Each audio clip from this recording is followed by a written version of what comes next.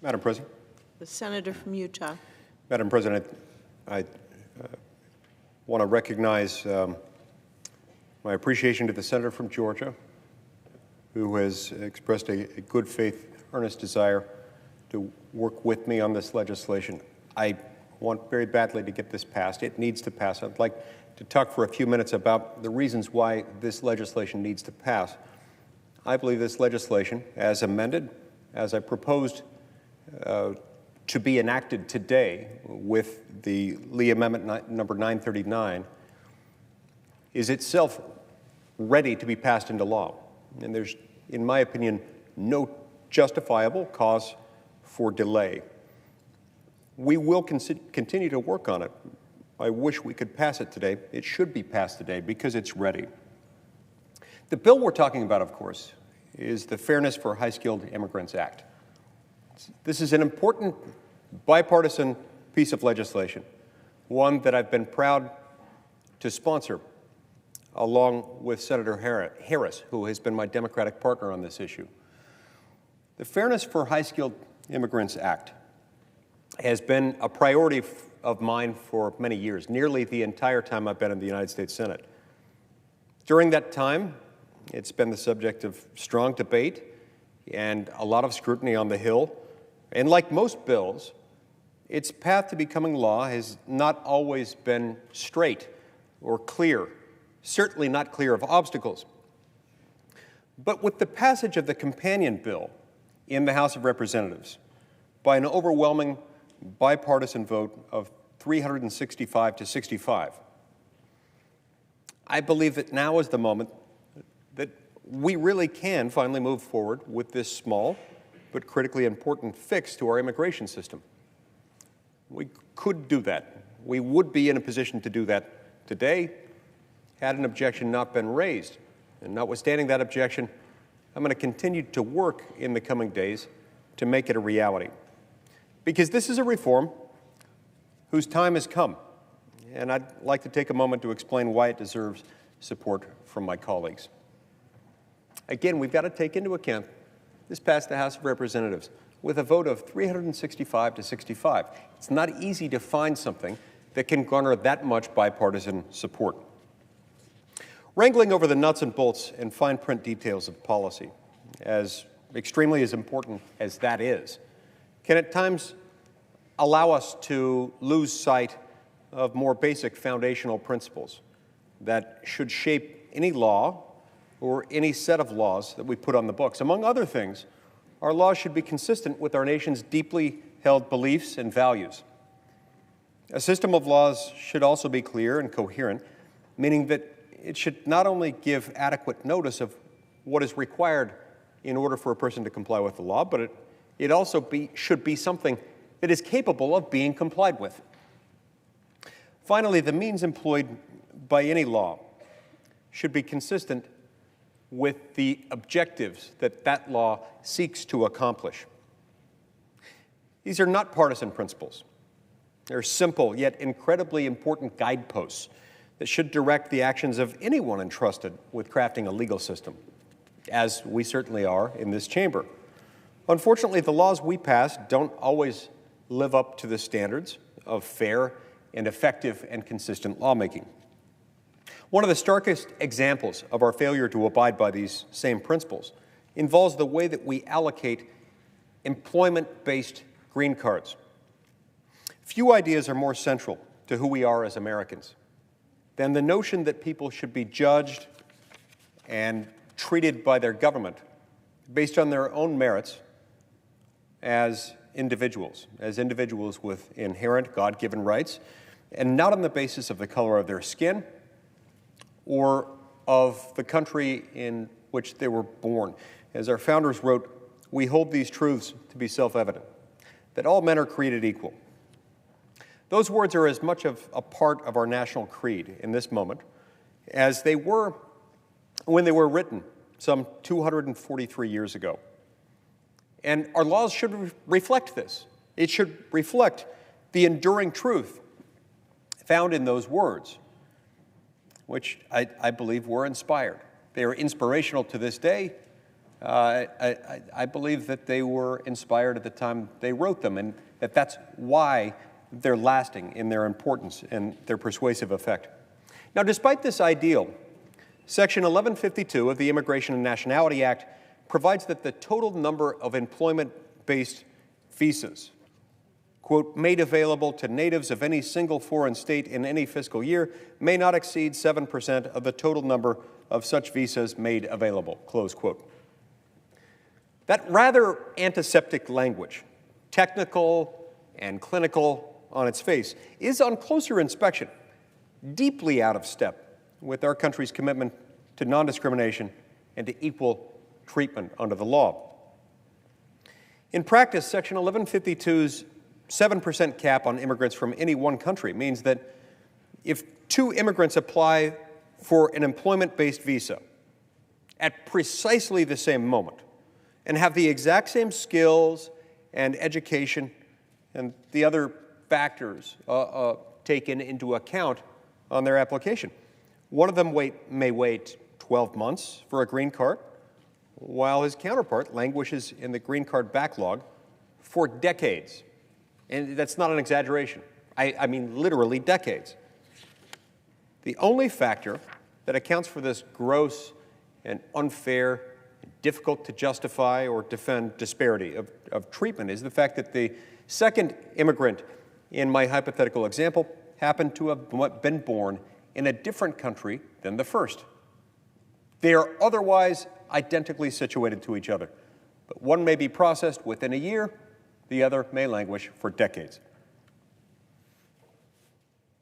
This is because under the per-country cap system, immigrants from larger, more populated countries are only eligible to receive the same number of green cards annually as immigrants from smaller countries. As a result, the wait times for immigrants from larger countries have grown and grown decade after decade with no end in sight. This amounts to a de facto country of origin discrimination, plain and simple, and no amount of legalese or wonkish policy arguments can cover up that fact. Beyond its incompatibility with the deep and abiding principles upon which this country was founded, the per-country cap system violates another one of those common-sense maxims of good lawmaking that I mentioned earlier, the need for clarity and for consistency in the law. Title VII of the Civil Rights Act provides that it's unlawful for an employer, quote, to discriminate against any individual with respect to his compensation, terms, conditions, or privileges of employment because of such individual's race, color, religion, sex, or national origin. And yet, the conditions created by the per-country caps virtually guarantee that employers, on some level, must take into account the national origin when recruiting certain immigrant workers. If prospective hires from one country will be able to obtain a green card in 12 months, while those from another, even from a country or even a person who happens to have superior training and skills will be unable to obtain a green card for possibly decades, it's virtually unavoidable that the employer will take national origin into account. So think about that. One section of the U.S. Code forbids employers from taking national origin into account when making employment decisions. Another section makes it impossible for an employer to take that into account.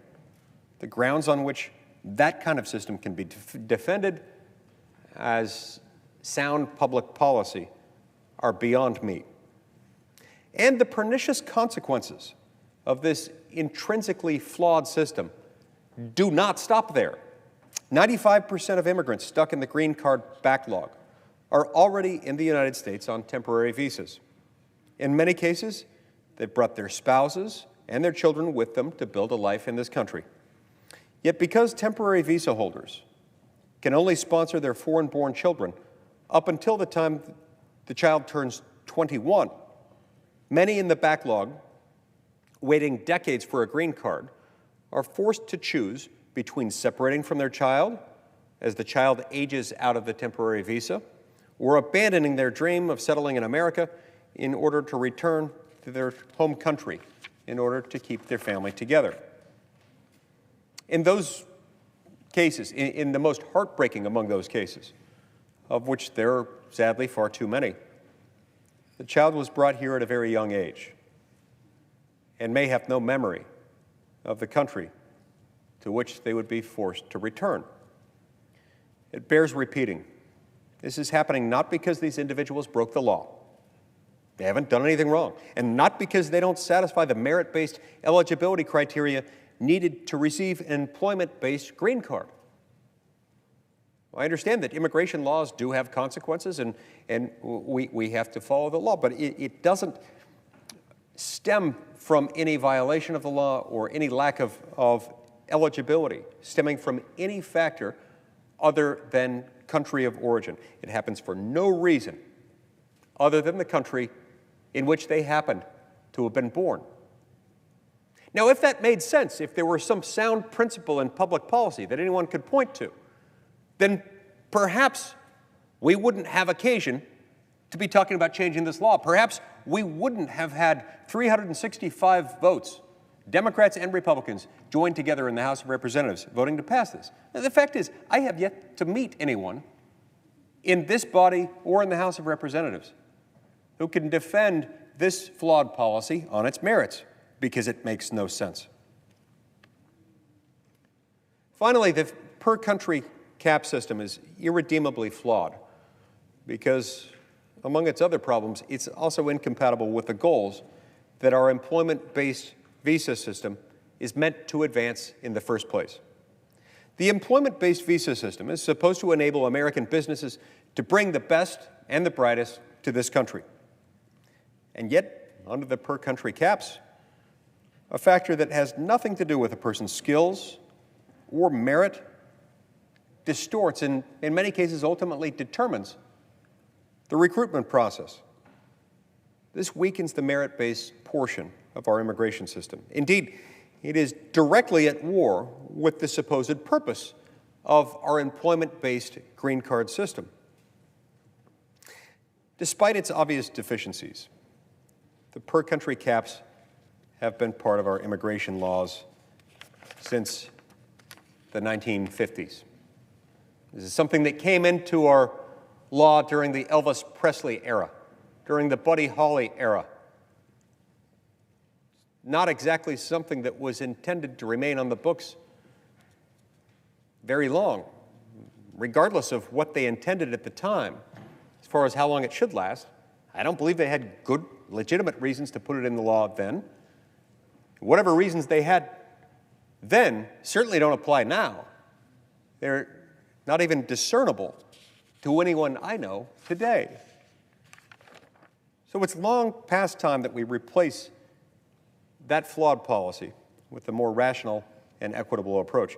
Fortunately, the solution to these problems is not only straightforward, but agreed upon by a broad bipartisan coalition of senators and of representatives.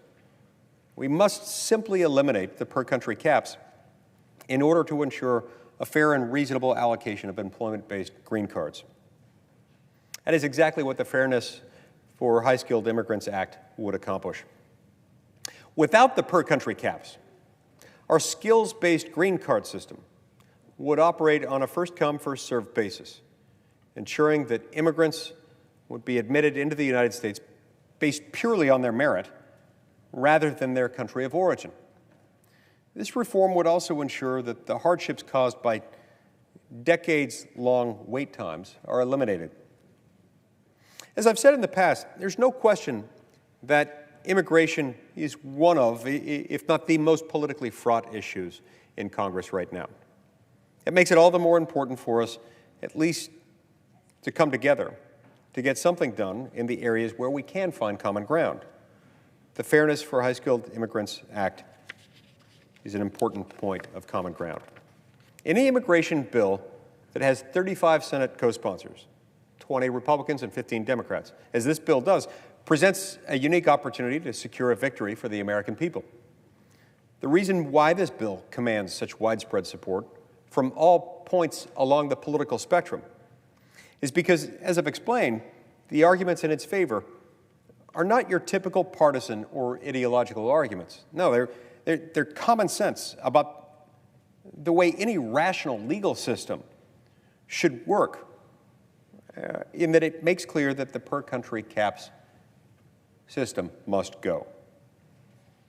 That's what is needed to make our immigration laws consistent with our principles, consistent with other laws on the books, and consistent with the merits-based objectives this component of our immigration system is meant to promote.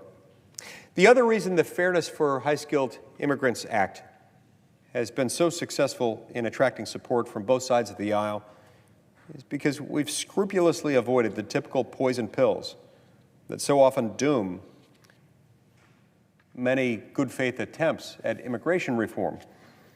This bill is not comprehensive in its approach. It's not a comprehensive immigration reform package. It's not even close to that. And that is, in fact, why this bill is something that we can actually get done now. That's why this bill is so close to being passed. It's why this bill really should pass into law today. While it does not fix many of the other flaws that fix our broken immigration system, it is a great and a vitally important start to reform. If we are ever to have a chance at modernizing and repairing our immigration laws, we need to recognize that we cannot necessarily solve all of our problems at once. The fact is that the fact that this is the case shouldn't stand in the way of us starting to work on the issues that the American people sent us here to solve. We cannot allow the perfect to be the enemy of the excellent. That's why I've come here to seek unanimous consent to pass this legislation today. Now look, I understand that it's drawn an objection, but it's drawn an objection in a way that it drew an objection a few weeks ago from another member. We've been able to work through that member's concerns. I'm hopeful, I'm optimistic that my colleague who raised an objection today can be persuaded that this bill needs to be passed. We can address his concerns and that we can resolve them. I'll be working with my distinguished friend and colleague from Georgia throughout this weekend to try to find a solution. Some explanation, or if necessary, language that can win his support. We're very, very close on what we believe is appropriate and acceptable. Now, I remain steadfastly convinced that this law, as written, as amended, as offered up by unanimous consent today, could and should be the law of the land today. I believe it's ready for prime time. It's ready to become law. But when seeking unanimity on a measure in order to pass it, one must do everything one can do in order to seek actual unanimity, and that is what I intend to do in the coming days. I intend to be back next week making yet another attempt to pass this bill into law, and I hope and expect that we will be able to do so. Thank you, Mr. President.